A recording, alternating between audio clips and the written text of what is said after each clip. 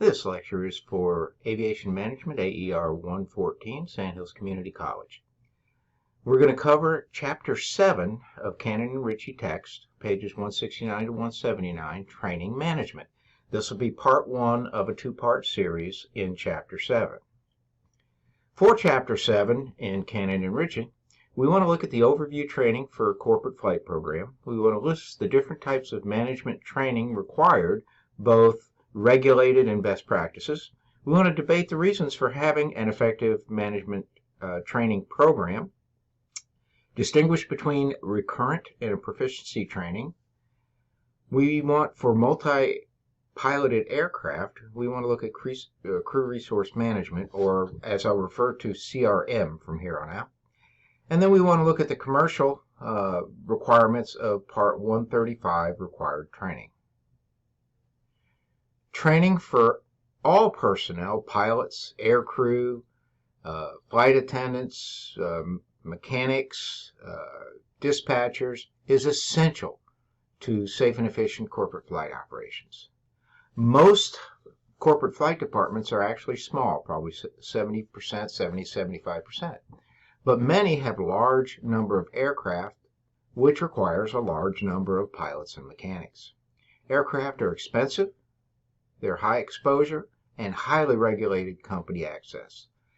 The aircraft in aviation is inherently safe if operated properly, but when you have an incident, it can be a very expensive cost to your parent company.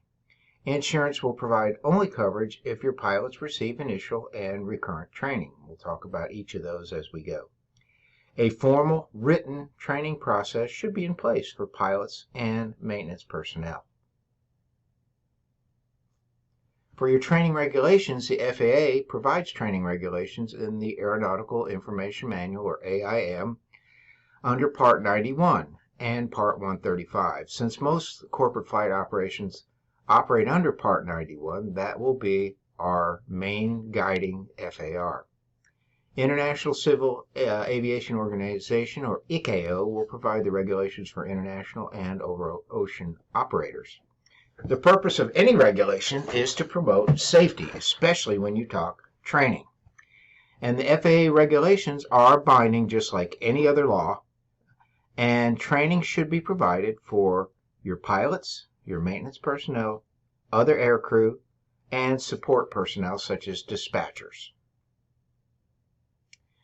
3 primary types of training would be your management training, your operational training, and your operations-related training. Your management training would be for your department manager, your maintenance manager, and your safety manager, basically your flight department managers.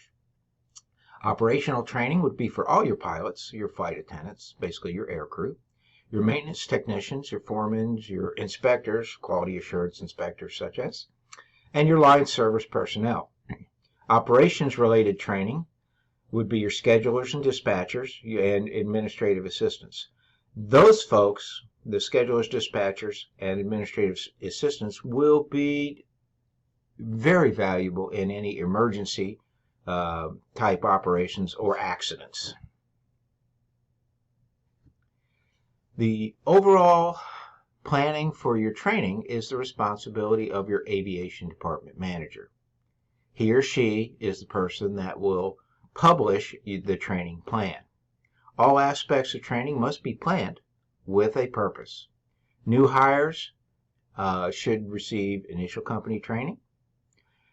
Air crew should receive initial proficiency and recurrent training.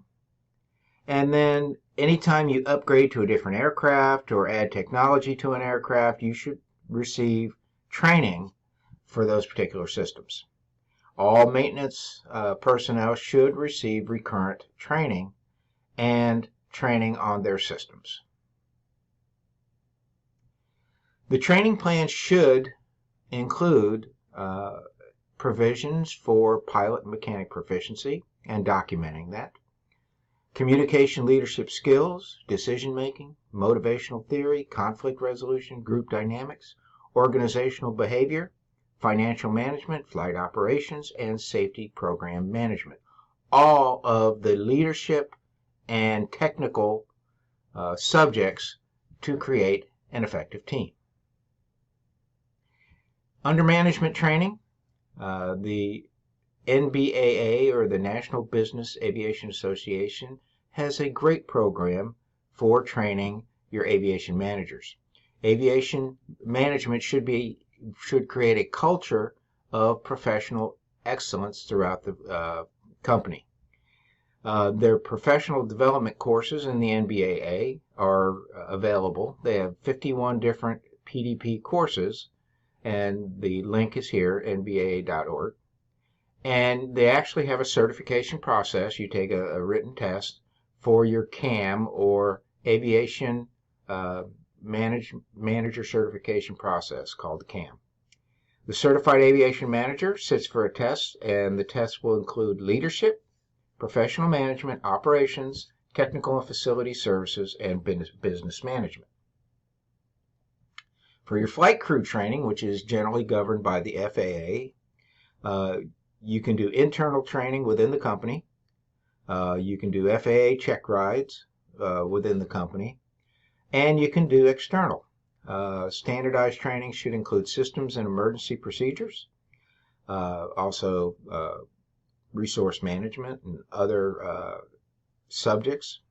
And of course, you can always send your pilots and aircrew to different outside companies for external training, such as Flight Safety International, CAE Simuflight, and you can get actually type ratings in different types of aircraft in the simulators. You can also now get your pilot and command check rides in different aircraft in the simulators, as opposed to having to fly in actual aircraft and go through the expense of flying the aircraft. Much less expensive to use a simulator.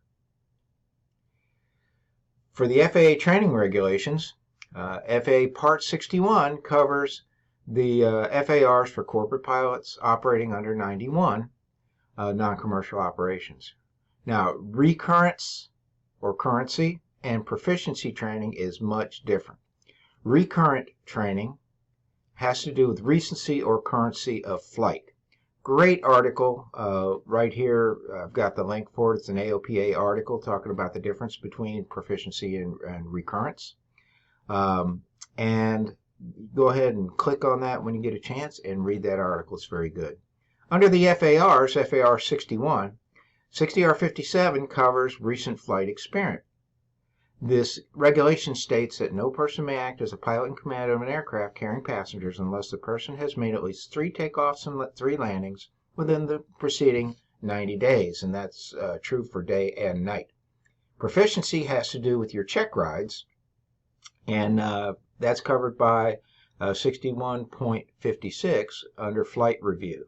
This regulation states that no person may act as a pilot in command of an aircraft unless that person has accomplished a flight review in an aircraft for which the pilot is rated within the preceding 24 calendar months. This review requires a minimum of 1 hour of ground training, which must include a discussion of the current FARs under Part 91, General Operating and Flight Rules, and then you get a flight check. Under Part 61 training regulations, there are covered in Table 7.2 in your textbook. 61.3 is the requirement for your certificates and ratings. This is where you get your commercial ratings. 61.31 is your type ratings for the aircraft and the requirements for that. 56 we already discussed, talked about reviews and basic training. 57 talks about recent flight experience. There is your proficiency training. And then 61.58 is your PIC proficiency check required for aircraft that have more than 1 crew. Whereas the 56 was every 2 years. If you have a multi-crew aircraft, you have to have a check ride and recurrency every 12 months. Flight review versus proficiency checks. Flight review is basically single piloted. Proficiency is dual piloted or multi-crew aircraft. So the flight review under Part 6156 is every 24 months in the aircraft that you're qualified. The proficiency check under Part 58 6158 is every 12 months in a multi-piloted aircraft, same as a type rating check ride. This can be conducted in a simulator or company aircraft. And best practice recommends simulator check at a Part 142 training facility coupled with a ground training course.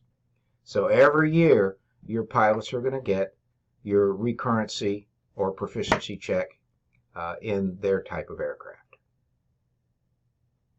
Under 61 Part 57, the landing currency, again, this is your currency requirements, 3 takeoffs and 3 landings within a 90-day period, both day and night, before you can carry passengers.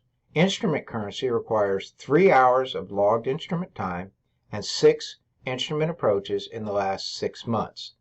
That includes entering holding and intercept and tracking your course line. Now again, you can't fly actual instrument or log actual instruments if you are not current. Currency requirements may be met in the aircraft or in a simulator operated by a Part 142 program. Now the regulation-based training, the purpose of all types of training is to keep the aircrew and passengers safe. The initial training for aircrew who need to qualify in an aircraft, all aircrew who are going to a new aircraft have to have initial training. Recurrent training is for aircrew to maintain currency and should include systems, limitations, abnormalities, and emergency procedures. Transition training is for aircrew to qualify in an aircraft that they haven't previously rated. The difference and upgrade training is for aircrew who train in the same type of aircraft that they're qualified, but you might be getting a different type of that same aircraft or an upgrade of instrumentation or equipment in the aircraft. Requalification training would be required if an aircrew fails to maintain currency in a particular aircraft. That's the FAA regulation-based training. Crew resource management has to do with multi-piloted or multi-crewed aircraft, and it is to enhance communications, leadership, and decision-making for multi-crew aircraft, required for all fractional ownership programs under Part 91, and required for all Part 121, which is your airlines, and 135, which is your commercial operators. Required for all pilots and flight attendants. This is a specific type of training. Crew resource management, this picture that right here is definitely not an example of good CRM, but it should focus on situational awareness in the cockpit, communication skills, teamwork, task allocation, and decision making. Standardization is a huge part of CRM, as we've seen in the SOP chapter of the Cannon and Ritchie. Dispatch resource management is required for scheduled airlines, but not required for Part 91, but it's highly recommended by the NBAA that your dispatchers be trained on crew resource management in an overall company way. All aircrew maintenance personnel and flight dispatchers should be familiar with CRM principles to help everyone in the flight department work as a team. This ends Chapter 7, Part 1. If you have questions or comments, email me. You can also go to Moodle and set up a time for us to Skype together. Right at the top, I'll put the cooperation function of Moodle. If you'll email me a time, and if you have a camera on your computer, then we can Skype one-on-one and definitely go through anything that if you have questions on it. Okay.